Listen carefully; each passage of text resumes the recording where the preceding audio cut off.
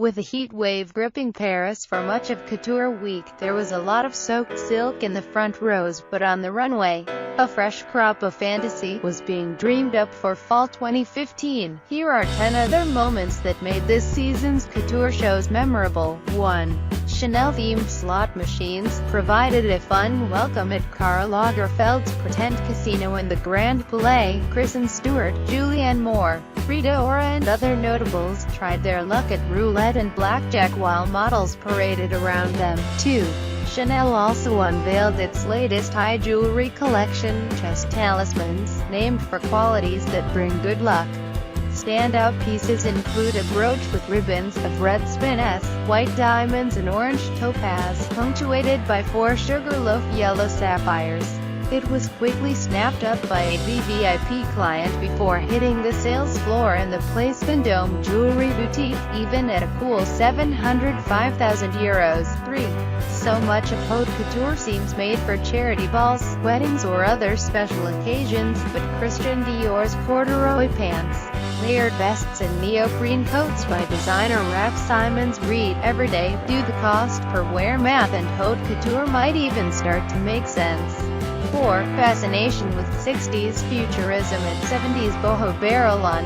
The two themes were stunningly addressed in designer Bruno Frassoni's latest special edition collection for Roger Vivier. I was inspired by Angelica Houston, because she embodies the 70s in a sexy gypsy way, he explained while touring the knee-high silver gladiators with palette blooms, metallic brocade platforms and sandals with feathered patchwork. Vivier's special edition will be carried at Holt Renfrew's Yorkdale and Vancouver locations, in addition to Bloor Street. 5.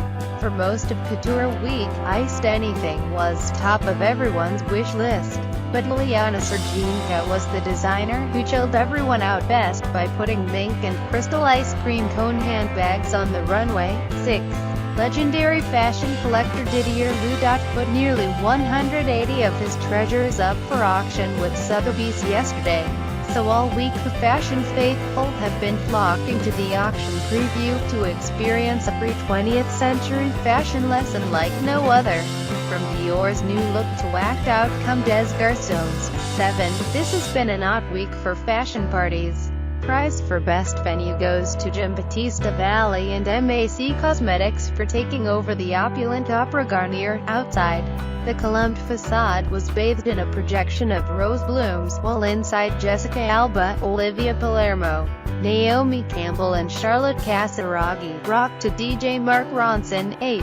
Tiffany & Co. creative director, Francesca Amphitheatre, was checking out of the Peninsula Paris, as I arrived for lunch on the chic rooftop, where a full-size replica of the first French transatlantic plane hangs, at just under a year old. The peninsula has quickly become a nest for fashion out-of-towners, also spotted in the lobby. Victor and Rolf, just hours before their show. 9. Victor Horsting and Rolf Snoren called their couture collection wearable art, and they took the theme literally. Frames bordered dresses that featured old master-style portraits or modernist splatters.